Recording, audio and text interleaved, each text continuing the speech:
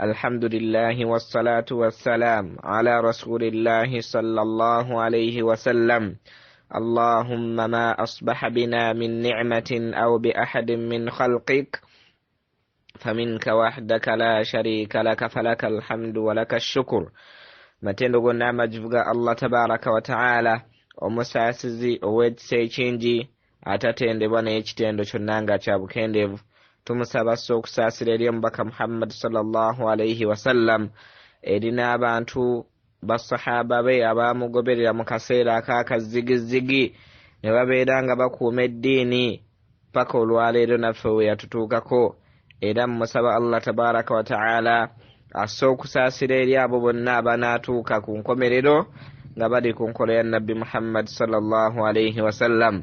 Tetukoma ku ekyo, tumwebaza ebyengeri ebingi byakyatuwadde era byakyatwongera. Nabwe kitabaddu ba Allah tabaraka wa ta'ala abalungi tugende mu maaso n'okubeera nga tutunuulira ku byafaayo by'omubaka Muhammad sallallahu alayhi wasallam. Tweyongere mu maaso n'okubeera nga tutunuulira olutalo luno Uhud. Twalaba nti nno olutalo lwagenda mu maaso ne lubeera nga lutuuka mu kaseera ak'akazigizigi. Twakiraba ne tulaba ensobi barumaati gye baakola abasajja abakubi b'obusaale gye baakola okubeera nga bavaayo waggulu ku lusozi nga Nabbi sallallahu alayhi wasallam amaze okubeera nga abagamba temuvaayo si nsonga tuwanguddwa oba tuwangudde mubeere nga musigalayo. Bo bwe baalaba nga eminyago gituuse ate abamu munnanga okwagala edduniya ne kubawangula ne babeera nga bakkirira ne balekayo abasajja babiri abasajja 10 Abdullah ibn Jubairi ne banne mu 9 era abasajja abo ne babeera nga battibwa. Twakiraba nti oluvannyuma lw'ensobi eyo Kyawawaz omuduumizi w'eggye liri ery'e Makka alwanira ku ndogoyi oba ku mbalaasi oba engamiya ayitibwa Khalid ibn Walid yali omusajja omuzibu ennyo mu ntalo kakensa mu zo n'abeera ng'alengera ate akakisa akaggolodi akakisa ak'omulembe ennyo waggulu ku lusozi n'abeera nga yeetooloola abasiraamu. Mu mbeera eyo ng'abasiraamu bamaze okubeera nga beetooloddwa nga bali wakati awo tewalina gye bagenda kuddukira, kiki ekyaddirira we tugenda okubeera nga tulaba olunaku olwolwayo insha Allah. Tugambe nti tabaddudul muslimina fil mawqif, abasiraamu bamaze okubeera nga beetooloddwa bagenda kukola kiki ekyakolebwa. Babeera munnange nabo nga bakwatamu emisubi nabo ne batandika okudduka kati baalimu emiteeko egy'enjawulo. Kyagambe nti amma almuslimuuna we tuddako ku sayidi ey'abasiraamu bano abamaze okubeera nga bazingibwako falamma waka'u fi tatwiq, bwe baamala okubeera nga bagudde bazingiddwako bali wakati awo twara sawabu taifatin minhum, abamu ku bo bayanguyiriza nnyo badduka mangu ku spidi ayiriyiri. Falam takun himmatuha illa anfusaha, akabinja ako akamu ku busatu bwe tugenda okubeera nga tusoma ko kadduka ne kanguyiriza okubeera nga kigenderwa kyako ekikulu kubeera nga beetaasa. Fakad akhadha tariqul firar, bo kye baasalawo kubeera nga tebajja kulinda bagamba katudduke emisinde twetaase. Watalakat sahatil qital, ne babeera nga badduka mu ddwaniro. Wahiya la tadiri madha waraaha, nga ne gye badduka tebamanyi kiki kiriyo ate nga ne bano be balesse wano tebamanyi kiki kigenda kubatuukako. Wafarra min hadhihi taifatu ba'duhum ila almadina, abamu ku bo baddukira ddala ne batuukira ddala e Madina eri hatta dakhalaha, paka ne bayingira mu Madina. Wantalaka ba'duhum ila fawqi aljabal, abamu ku kabenja akaali kaagala okwetaasa badduka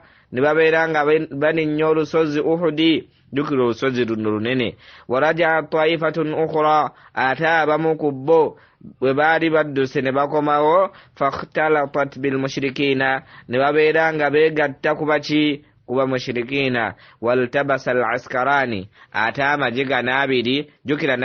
ne bamushrikina nabo babadde badduse kugamba olutalo olutabukidde ddala. Bali babadde badduse kati n'abasiraamu kye bakyukidde nabo abamu ne bakola ki ne badduka ate ne beegatta mu ggye liri ery'abamushirikiina.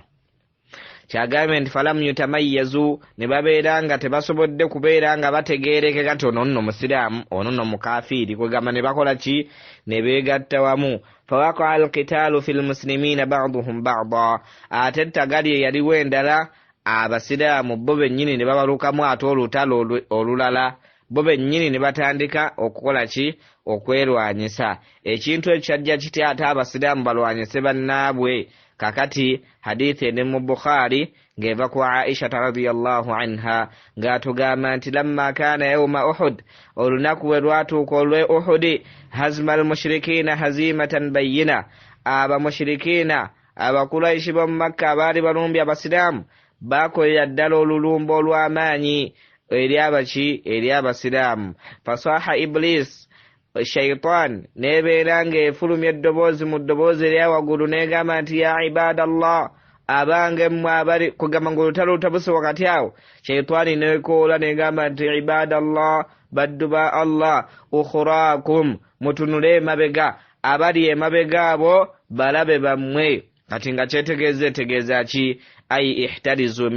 man waraakum, mubeere nga mulwanyisa ababali luddawa emabega. Farajaat ulahum, ababadde mu maaso ne babeera nga bakyukira ki ate bano ababali emabega, naye nga ate bonna basiraamu bali ku nnyiririza ezimu. Fajitaladat hiya wa ukhrahum, abali mu maaso ne batandika okulwanagana n'abasiraamu abali luddawa emabega. Kati olutalo ate ne lubeera mu basiraamu bennyini bali mu kwetema biso. Fabasara Hudhaifata, mu kaseera ako Huzaifa n'abeera ng'atunula mu bana abasiraamu ate be bali mu kulwanyisa. Fa idha huwa bi abihi, n'abeera ng'ate alengera mu kitaawe ayitibwa al-Yamani, omusajja Yamani ye taata wa Hudhaifa. Faqaala, amala okulengeramu kwegamba Allah yakireetanga nasuru okubeera nga ajjawo confusion eyo eyali ezze mu basiraamu olwa shaitani, egamba nti tunula emabega mulabewo yoyo, ng'otandika mutema ate nga musiraamu munno. Mu mbeera eyo Allah n'aleeta omuvubuka ono Hudhaifa n'alengera kitaawe n'abagamba nti nno bannange, ibadallah, baddu ba Allah, musajja oyo mumuleke, abi oyo taata wange. Qalat,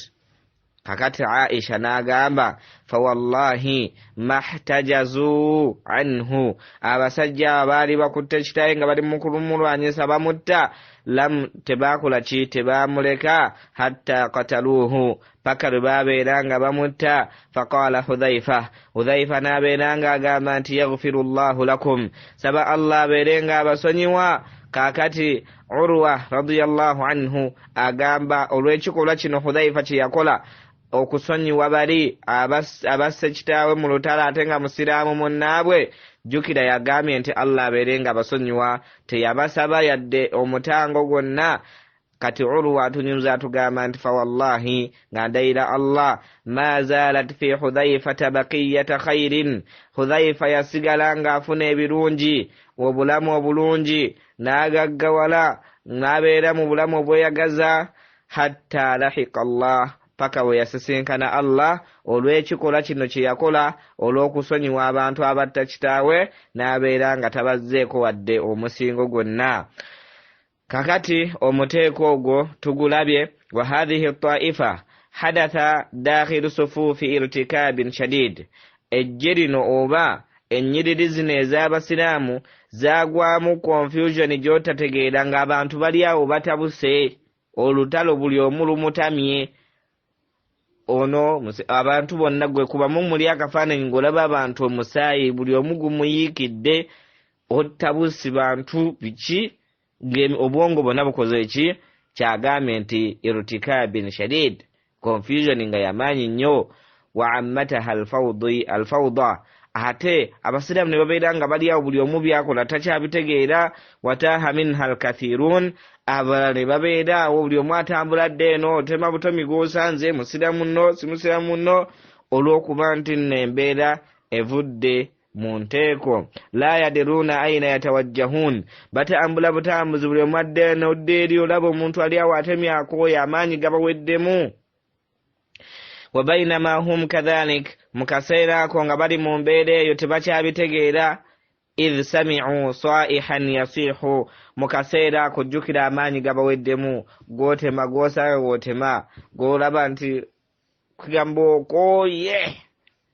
kakati mukaseera ako nga bali mu mbeera eya confusion eyo kakati ate wulira ettagali endala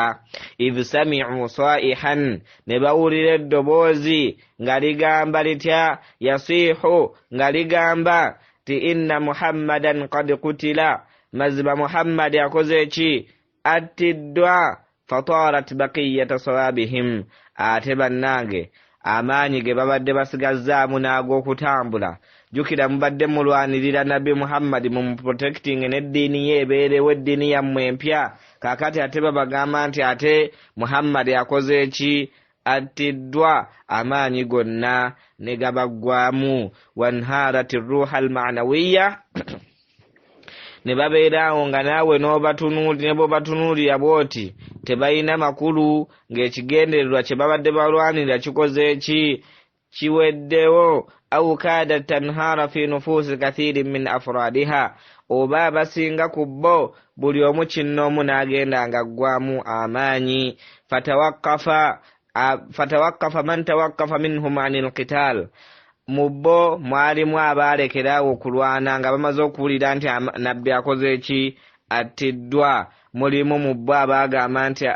tubivudde nako ne batuula ne wansi fatawakkafa man tawakkafa minhum anil qital mubbo mulimu abagamba nti atukooye ne bawummula ne batuula wansi wa alqa bi aslihatihi mustakinan n'ebiso ne babisuula waki wansi ne bateeka emmundu ku ggombolola ne bazizza wansi wafakkara akharuna fi littisali bi abdillahi bun ubay abamu ku bo ne bagamba kakati ate ne bafunamu ebirowoozo ebirala ne bagamba nti ate kakati tubadde tulwanira nabbi muhammad kati wuuyo attiddwa kakati ate lwaki tetukola ki tetuddayo ne twegatta ku musajja oli abdullahi bun ubayyi gwe tumanyi obulungi rasul munafiqina akulira baki abannanfuusi liyakhudha lahum al-amani min abi sufyan asobole okugenda abdullahi bun ubayyi bun salul abeerenga aboogererako ewa abi sufyani oli aduumira ejje ly'abamushirikiina babeerenga olutalo balukomya kubanga muhammad yakoze eki attiddwa wamarra bihaulai anas ibn nadhr kakati bana abasajja abaali batudde wano amaanyi gabaweddemu bali awo olutalo olubakeeze kakati omusajja omulala najja ayitibwa anas ibn nadhr n'abeera nga abayitako batudde awo okulwana balekedde awo buli omu aweddemu amaanyi kyava akola atya wakad alqaw bi aidihim ng'emikono bonna buli omu agisudde eri faqaala n'abeera nga abagamba nti ma tantadhiruna abaffe mulinda ki mwimuke tugende tulwane faqaalu ne babeera nga bamugamba nti kutila rasulullahi sallallahu alayhi wasallama gw'otannagawulirako omubaka attiddwa qaala kakati ono omusajja amala okutegeera amawulire ago ye teyaggwamu maanyi nga banne n'abeera nga abagamba nti ma tasna'uuna bilhayaati ba'dahu bwe muba mukitegedde nti nabbi attiddwa nabbi muhammad sallallahu alayhi wasallam amawulire mugategedde nti attiddwa ma tasna'uuna bilhayaati ba'dahu ate mugenda obulamu bukozesa ki nga nabbi amaze okuttibwa gwe mubadde mulwanirira ddiini ye kakati mmwe muli balamu obulamu mugenda bukozesa ki oluvannyuma lw'okufa kwa nabbi n'abagamba nti kuumu mubeerenga muyimuka famutu ala ma mata alayhi rasulullah mufiire nammwe kwekyo nabbi kyakoze eki kyafiiriddeko thumma qaala oluvannyuma n'abeeranga agamba omusajja ono anas ibn nadhr n'agamba nti allahumma inni a'tadhiru ilayka mimma sana'a haula ay allah kwegamba tukusaba otusonyiwe bansaba osonyiwe abantu bano ekikolwa kye bakoze ekyokubeera nga amaanyi gabaggwako abasiraamu ne babeera nga batuula balekeredde okulwana ate n'abeera nga agamba nti wa ubarri'u ilayka mimma sana'a haula ate ya rabbi nkukwasa ensonga z'abano ekikolwa kino kye bakoze aba mushrikina olwokutta nabbi Muhammad sallallahu alaihi wasallam asajja mbakwasizza. Wakati omusajja ono Anas ibn Nadhr amala okubeera nga ayogera ebigambo ebyo n'abeera nga yeeyongerayo thumma taqaddama n'abeera nga yeeyongerayo falaqiyahu Sa'd ibn Mu'adh amala okusisinkana bali baweddemu amaanyi n'abeera nga agenda mu maaso ate n'asisinkana omusajja omulala ayitibwa Sa'd ibn Mu'adh ono twamulaba nti y'omu ku baali bakuuma omubaka sallallahu alayhi wasallama faqaala Sa'd ibn Mu'adh n'abeera nga amugamba nti ayina ya aba Umar wange gwe taata Umar ng'ategeeza Anas ibn Nadhr n'amugamba olagawa faqaala Anas n'agamba nti waaha liriihil jannati ya Sa'd mu butuufu mpulira nga akawoowo k'ejjana nkawulira gwe Sa'd inni ajiduhu duna Uhud mu butuufu mpulira akawoowo k'ejjana wano ku lusozi Uhudi oba mu kifo kino ekya Uhudi mpulirawo akawoowo k'ejjana era kenjagala okubeera nga nfuna. Thumma mada n'abeera nga yeeyongerayo omusajja ono Anas ibn Nadhr faqaatala alqawma n'abeera nga alwanyisa neeyongerayo nga alwanyisa bamushirikiina hatta kutila paka naye bwe yabeera nga attibwa. Aga nti fama urifa omusajja ono Anas ibn Nadhr teyategeerekeka hatta arafathu ukhtah paka sister we bwe yabeera nga amunnyonnyola n'amutegeeza abaaliwaawo okumpi kyajja kitya. Omusajja ono Anas ibn Nadhr oluvannyuma lw'okubeera nga yeeyewadde yalwane awulidde akawoowo k'ejjana wano ku kifo kino ne yeewaayo agende mu maaso n'attibwa. Kakati baamutema ebiso bingi. Olaba okumanya ebiso byali bingi bibamutema naye yatta abantu bayitirivu nnyo naye ne bamutemaatema. Kakati agambye nti fama urifa teyategeerekeka oluvannyuma lw'okufa kwe hatta arafathu ukhtahu paka sisita bweyo yajja n'ategeeza abantu nti bannange yagenda akebera mu mirambo bw'ati akebera emirambo n'abeera nga amugwako n'agamba ono ye brother wange ayitibwa Anas ibn Nadhr. Kyajja kitya? Agambye nti baada nihayati al-ma'raka olutalo bwe lwaggwa sister agenda anoonya brother we Anas ibn Nadhr bibayanihi asobole okumunoonya amulabe wabihi bid'un wa thamanuna wabihi nga naye ayina bid'un wa thamanuna ma bayna ta'natin birimh. Kakati sister agenda okugwa ku brother ono Anas ibn Nadhr ng'abasajja bamutemyetemye alina ebisago ebisukka ebiri wakati w'ekinaana n'ekintu wakati w'ekinaana ebisago nga bamutemye ebisale nga 85 oba okugenda nga ku 9 naye nga tebiwera 9. Kakati omuntu gwe batemyetemye emirundi 9 ng'ayina ebisago n'ebinuubuletu nga 9 olowooza aba afaanana atya? Kakati ng'ebisago ebyo 80 mu something mabaina ta'natin birimhi ayina we baali bamufumisa amafumu wa darbatin bisayf ewalala nga bamutemyetemye na biso wa ramiyatin bisaham obulala nga bamufumise busaale. Kakati omusajja gwe batemyetemye ebiso bamufumise obusaale bamufumise amafumu naye ng'akyalwana. Okumanya bamutematema emirundi mingi nnyo nga n'abantu tebakyasobola kumutegeera nti ono bannange ye Anas ibn Nadhr okuggyako sister we eyali amumanye nnyo ne sister yamwawulira ku ki yamutunuulira akagalo bwe kati n'alaba nga olugalo luno akagalo kano bakannasyo bakagalo ki n'akatunuulira bw'ate nga ka brother we n'amanya nti yono Anas ibn Nadhr bw'atyo Allah bwe yabeera nga amujjulula.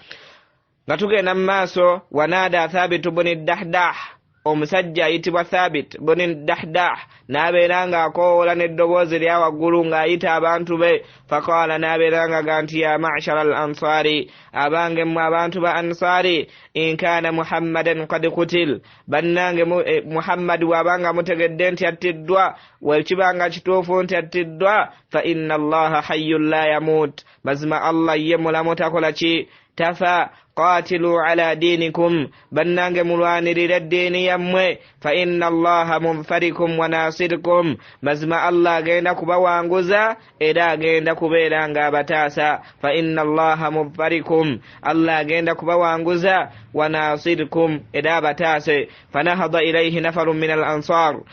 نويمك akabinja ate mu banswari bali abadde baweddemu amaanyi abadde batudde fanahadha ne bakola ki ne bayimuka tugende tulwanirira eddiini yaffe fahamila bihim ala katibati furusani Khalid ne bayimuka ne bagenda ne basisinkana ejje lyaki erya Khalidi lirire tutegeddeko ery'amaanyi agamba nti famazaala yuqatiluhum abasajja bano tebasigala balwana hatta qatalahu Khalidu birramh paka Khalid bwe yabeera nga afumita omusajja oyo ayitibwa Thabit bun Dahdah n'abeera nga naye amukuba akasaale pa n'abeera nga afa wa qatala ashaba ne bano abaali bayimuse okubeera nga bamulwanirako nabo ne babeera nga battibwa wa marra rajulun min almuhajirina birajulin min alansar waliwo omusajja omulala yali ava mu bamuhajirina atambula bw'ati ku battlefield asanga omusajja omulala ng'ate wa mu ansari wa huwa yatashahhatu fi damihi aseetuka bw'ati juke bamutemyetemye agudde wansi omusayi yenna gumuvaamu kati aseetuka bw'ati ave mu musaayi ogwo faqala ya fulan omusajja oyo umuhajirin ono nabeera nga agamba oli ali wansi ash'arta anna muhammadan qad qutil wakitegedde ni muhammadi yattiddwa faqala al ansari omusajja oli ali musaayi gwe baatemyetemye n'agamba ono ayimiridde n'amugamba nti nkana muhammadan qad qutil bwe kibanga muhammadi yattiddwa faqad balagha mu butuufu atuusizza ekyo kye yatumibwa okubeera nga atuusa gye tuli n'agamba ono ayimiridde akyalina ku maanyi n'amugamba nti faqatilu an dinikum mugende mu maaso n'okulwanirira eddiini yammwe kakati agamba nti wabimithli hadha al-istibsal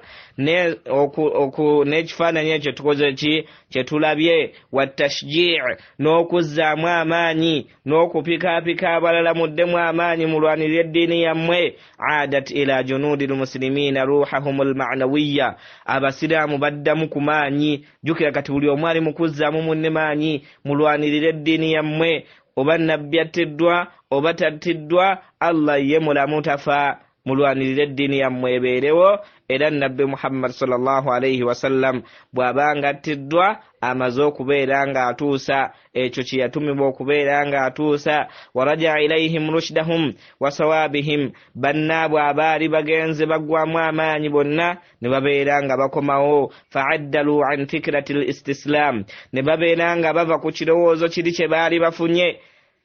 ekyokubeera nga bawanika awili ittisaalu bibni Ubayy ibn Salul oba okubeera nga baddayo balaba omusajja oli gwe twalabye akulira abannanfuusi jjukira mwalimu abafunye ekirowoozo tutugende tulabe Ubayy atwogerere ewa Abu Sufyani olutalo luggwe ate oba Muhammad akoze eki afudde kakati ebyo byonna fa'addalu an dhalika byonna ne babivaako wa akhadhu silahahum ne babeera nga bakwata ebiso byabwe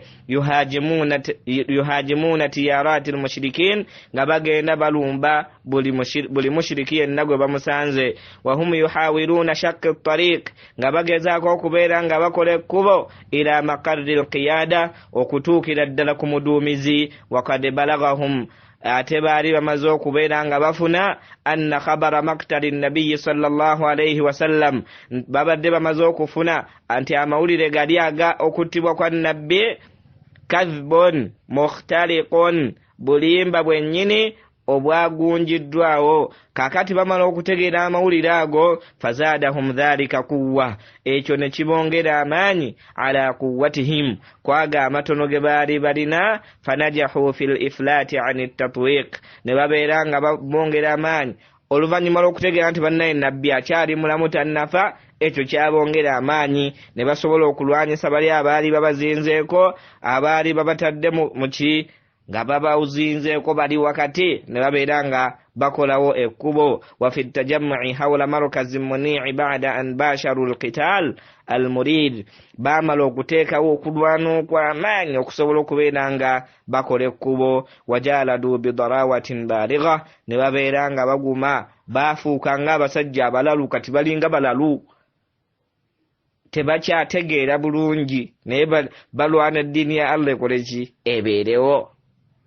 buli mbeera yonna agamba tuteekwa okubawangula mu mbeera eyo Allah n'abeera nga abawa amaanyi wa kanat hunaka taifatun thalitha waaliwo ate akabonda akokusatu ketwagambye nti okuzingako baliko bakola kwaleeta embeera ya gurupu 3 kakati ze tulaba wa kanat hunaka taifatun thalitha waaliwo kabonda akokusatu lam yakun yahimmuhum illa rasulullah kano kongo omugaso gwako ekigendererwa kyako eky'amaanyi kyali kyakukuuma nabbi Muhammad sallallahu alayhi wasallam agambye nti fakad karrat hadhihi taifatu ila rasulillah sallallahu alayhi wasallama kakati bano bo olwategeera nti bali abasajja bamaze okubeera nga beetooloola abasiraamu bo ne badduka ewali nabbi sallallahu alayhi wasallama ku ntandikwa y'okubeera nga bazingako bo ne badda ku nabbi Muhammad sallallahu alayhi wasallama ne basigala bamukuume wa fi muqaddamati haula ne yali abakulembedde bonna abaali bakuuma nabbi Muhammad sallallahu alayhi wasallama Abu Bakr as-Siddiq kwali eyali akulembedde mu maaso mu kukuuma nabbi yali Abu Bakari ne kuddako Umar radiyallahu anhu ibn al-Khattab wa Ali ibn Abi Talib wa ghayrihim radiyallahu anhum n'abalala abatali abo kanu fi muqaddimati al-muqatilin baadi mu maaso g'okulwana nga nabbi sallallahu alayhi wasallam ali wakati waabwe falamma ahassu bil khatar bwe baamala okutegeera nti obusajja buno ke bulinnye ku lusozi ala dhatihi sharifa bwe baamala okutegeera nti obusajja buno bugenda kuleeta obuzibu bw'amaanyi bo kye baakola ne badda ku nabbi Muhammad sallallahu alayhi wasallama okubeera nga bamukuuma saaru fi muqaddimati almudafi'in ne babeera nga bali ku ntandikwa oba mu maaso g'okubeera nga baprotectinga nabbi Muhammad sallallahu alayhi wasallama mu mbeera eyo tetujja kubeera nga tusinzakaawo insha Allahu ta'ala tujja kubeera nga tutunuulira olutalo luno wajje lulaga era kiki ekyaddako ng'abasahaba bamaze okubeera nga bategeera ti nabbi Muhammad sallallahu alayhi wasallama akyali mulamu. Assalamu alaikum warahmatullahi wabarakatuhu.